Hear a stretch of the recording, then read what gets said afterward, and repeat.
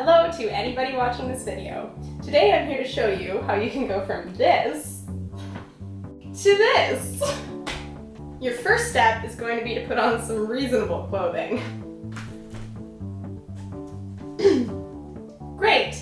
Now that that's done, your next step is going to be to brush your hair.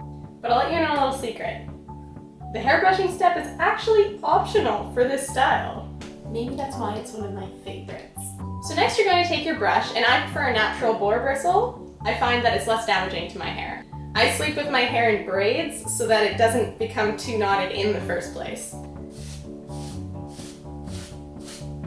People ask me a lot how I brush my hair, and I don't understand why it's even a question. You just brush. Close enough. So your next step is to gather your hair as though you were going to put it in a ponytail. I prefer mine a little higher, but this is completely up to you. Alright, I'm going to show you this a little bit closer up. I found a chair and that'll do. If only you could see what I'm using as a tripod right now. So now you want to gather your hair in a ponytail. This step's a little bit boring, so I apologize. So now that you have your hair gathered, you can use your hairbrush to smooth out any lumps, clumps, or bumps. I'm lazy, so I'm just going to leave it exactly the way it is. Now you want to twist it in a counterclockwise motion. I had trouble when I first started doing this bun, and I think I was twisting my hair the wrong way. So I hope this step helps. So start twisting counterclockwise. Once you have your hair twisted a bit, I then flip my hair over because it's very long and hard to reach all of it. And I use my arm and I go underneath exactly like this and just twist.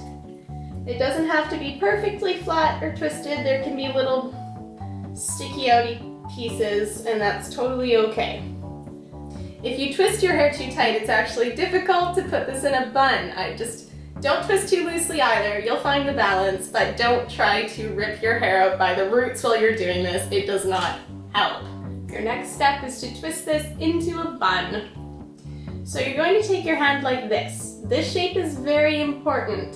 It's also the shape that I use to make shadow dogs that bark. I'm a little bit weird. This next step is pretty crucial, so pay attention. Take your hand. Go underneath the ponytail base, grab it like so, and twist it around. One more time, hand, ponytail, twist. The size of your loop is determined by the length and thickness of your hair. Since my hair is moderately thick and very long, I have a fairly large loop. So now that you have your hair in this ridiculous configuration, the next step is to twist the tail end of your unicorn horn around the base of your loop here. So you twist it around in a clockwise motion. Again, I'm not sure if that's particularly pertinent, but this is what I do. And use your fingers to grab onto it, help you twist.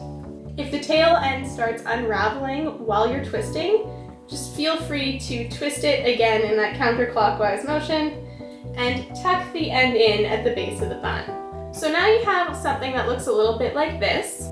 It looks a little bit like this. Your next step is to take that loop and you use the loop to secure around the base of the bun. So you're going to take the loop and flip it over the hair that you have gathered and are holding in your hand. So you take the loop, grab it with your free hand. You can very much so see that this is a loop, and this needs to go over the hair you've gathered. Now take this part and push it under while taking this side and pushing it a bit over. And that's all you've got to do. This is a bun that I wear almost every day, probably because I'm a very lazy person. Bye-bye. Only your naturalness missile. So you're going to take your natural bristle brush. Get out of here! Get out! God damn it! So you take your hand in this shape and you grab underneath your... Akasha, get out of here! Get out of here! Move.